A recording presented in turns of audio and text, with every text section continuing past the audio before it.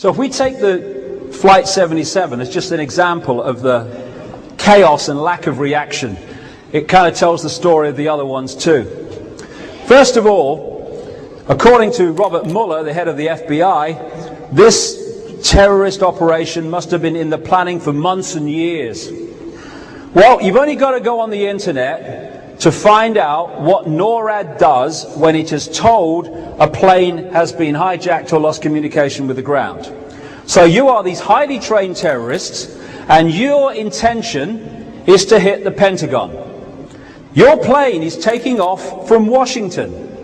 The Pentagon is in Washington. So what you do, even though knowing what NORAD's reaction system is, you fly the bloody plane, or allow it to be flown, right out into the Midwest, like 40 minutes an hour out.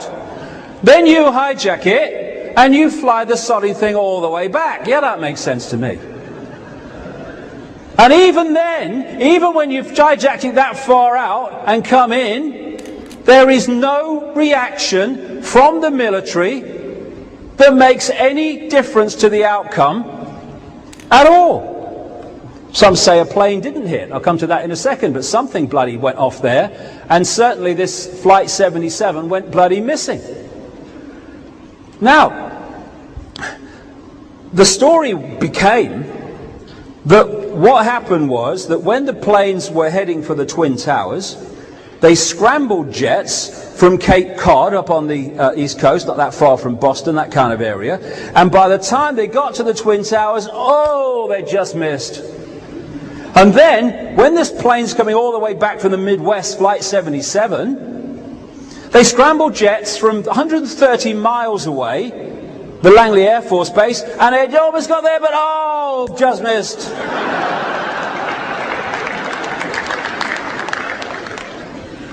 I've got a question. 10 miles from the Pentagon in Washington, D.C. is the Andrews Air Force Base. They have no-fly zones over Washington. And I rang NORAD, and I said, how do you police the no-fly zones over Washington? And they said, we leave it to the Federal Civilian Administration, the Federal Aviation Administration. So I'll get on to them. How do you police the no-fly zone over Washington? Because, you know, the way I look at it, a plane can be in there pretty damn quickly, you know, if you don't watch them. Oh, we react as appropriate. We react as appropriate. So, you're telling me that the no-fly zone over Washington, which you can enter in kind of seconds in a plane, is policed from 130 miles away at Langley Air Force Base? It's policed from here. The Andrews Air Force Base, 10 miles down the road from the Pentagon. By the time they're off the runway, they're looking at the bloody place. No reaction from the Andrews Air Force Base to a plane coming in to hit the Pentagon.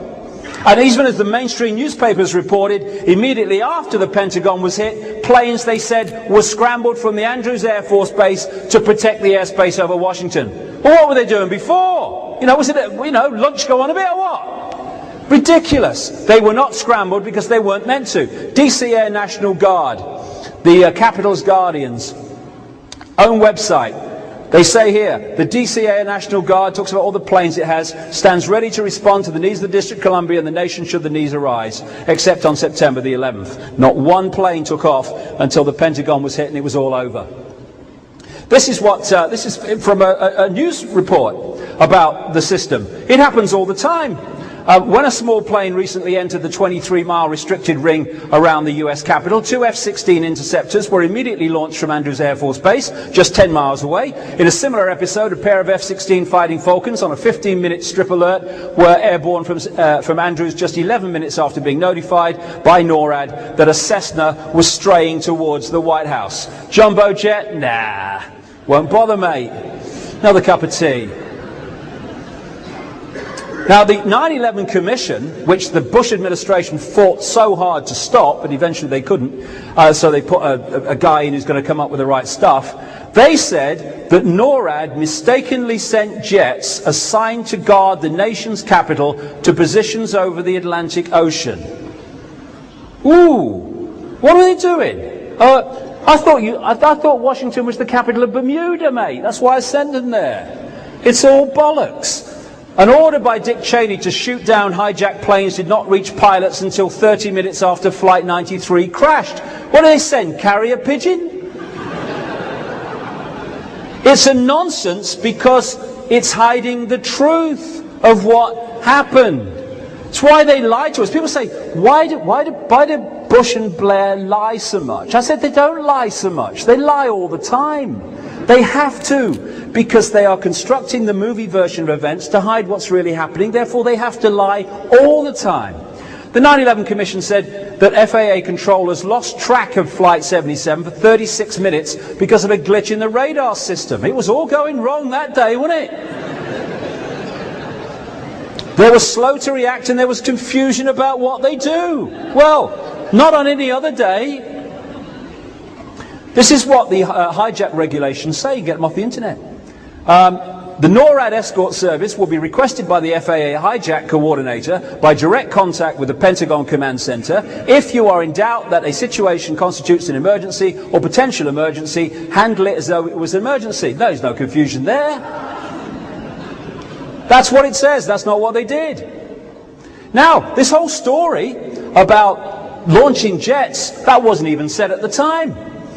A few days after 9/11, a guy called General Richard Myers, who was the acting head of the Joint Chiefs of Staff, the top uniformed soldier in the American military, was asked if planes were launched before the Pentagon was hit. And he said, to the best of my knowledge, to the best of your knowledge, days later, have you not asked?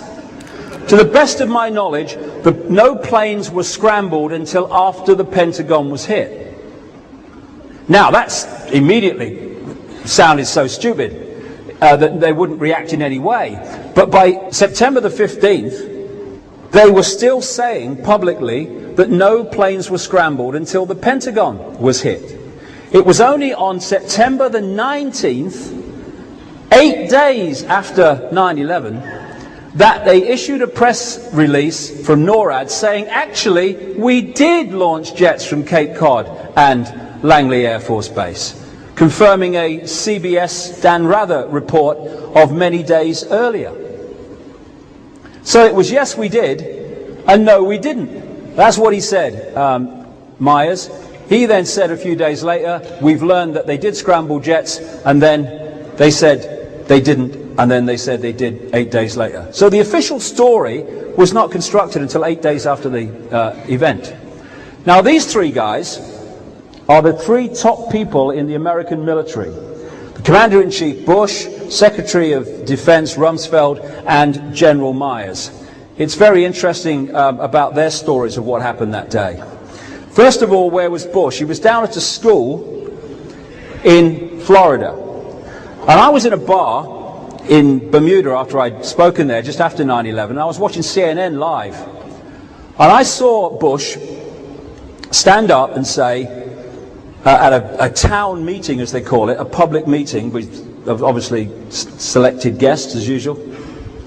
And he was asked by a little boy called Jordan what he was doing on that 9/11 day. And he said, well, Jordan, he said, I was at a school. He said, and I was, just before I went into the classroom, he said, I was looking at the television, he said, and I saw this plane hit the World Trade Center. And he said, this is word for word, he said, and I thought, what a terrible pilot. That's what he said.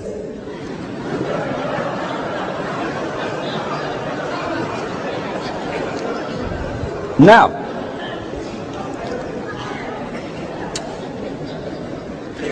the first plane was not shown on live television, only the second one. And by the time the second one hit, he is in the classroom talking to the children. No one